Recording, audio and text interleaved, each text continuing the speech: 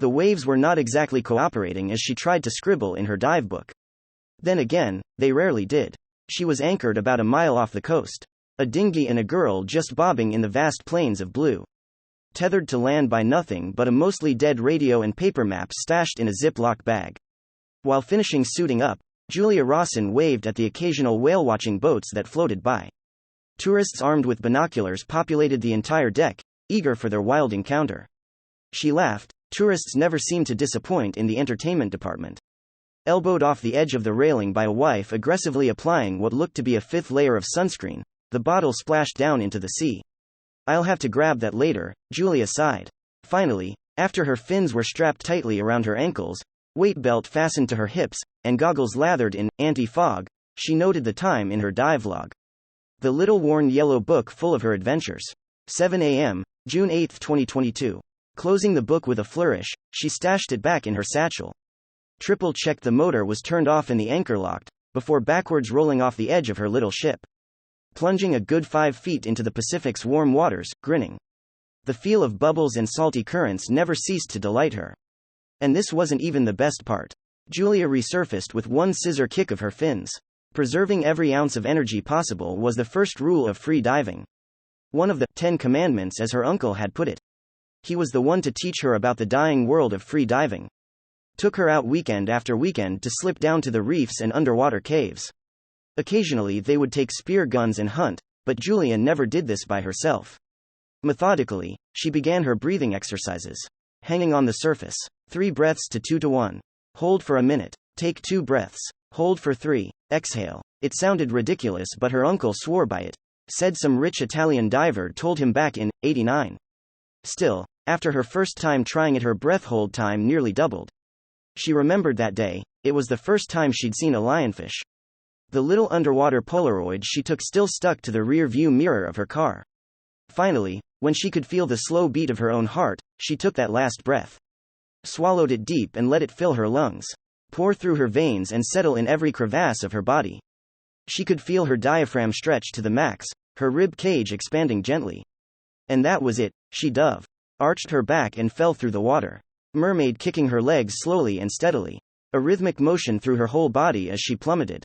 10 feet turned to 15 in less than 45 seconds. The light rays were so bright and gold at the top turned deeper gold. The water is a cool cerulean blue, and just getting darker. The edges of the reef peeked through the depths, catching the light here and there. The sandy bottom rippled like a drunken illusion. For miles and miles and miles. Julia checked the dive meter on her wrist. 27 feet, 124, her lungs were tight but relaxed as she approached 30 feet. Her heart calm in her chest as she took in the landscape before her. Glowing red fan coral bustling with a school of parrotfish. A couple of small minnows ducking in here and there. So many types of coral she hardly knew the names of half of them. Eels slipping in and out of the dark canyons and holes. Silently. It was all silent. Nothing but the sound of her heartbeat, which was muffled and infrequent. She stole a glance back at her watch as she touched down on the bottom of the ocean. 32 feet down. 2 minutes and 15 seconds. She had about 5 to explore, and she didn't intend to waste a second. She pushed off, gliding over the reef. Scooped up the occasional shell that caught her eye. Waved at the fish. She was in another world entirely, and it took her breath away, quite literally. All too soon her timer buzzed. Vibrations echoed in the water as she stared up at the surface. Until next time, she said to nothing in particular. She swam over to the anchor line and grabbed it, arching upwards. Now she could feel her chest constrict. Not so kind in its request for oxygen. She broke the surface in less than a minute, making sure not to just gasp in all the air she could, but to take a slow, controlled breath. Maintaining control of her body, that was very important.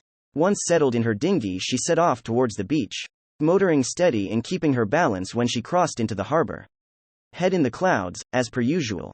She loved that reef, it could easily be her favorite. Her goal was, by the end of the year, to have her 9-minute breath hold down so she could explore the coral cave. Rumor has it there's a mysterious box down there. Hey, do you have a ticket to dock here?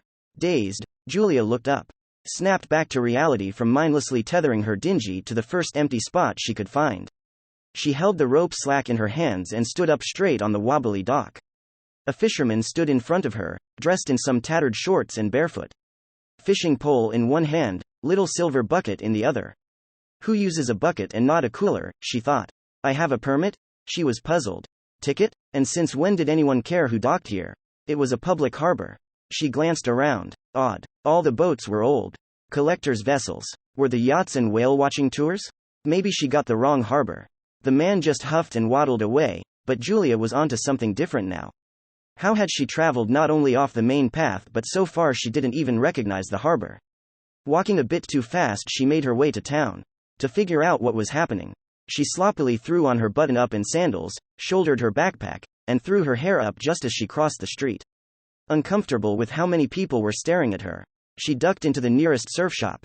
Slightly disappointed when no crisp AC hit her, she marched towards the desk, but never made it. The swimsuit was what caught her eye first. Something straight out of a 50s pin-up magazine. But worse was the chalkboard. Tacked on the wall above it, bright pink chalk scribbled all over. Surf report. Julia stepped closer, an uneasy feeling creeping up her spine. It read that the tide was low, which was wrong. She would never dive at low tide. It said that it was 85 degrees out, but that morning her watch said the high would only be 70. Julia looked to the top of the board. Above the surf report and sail offers and price markings. The date. At first, it was fine. Washed with relief, she read the first half, June 8th. But then her eyes scanned the year and did a double take. 1952. June 8, 1952. Hilarious, she laughed out loud, approaching the checkout counter.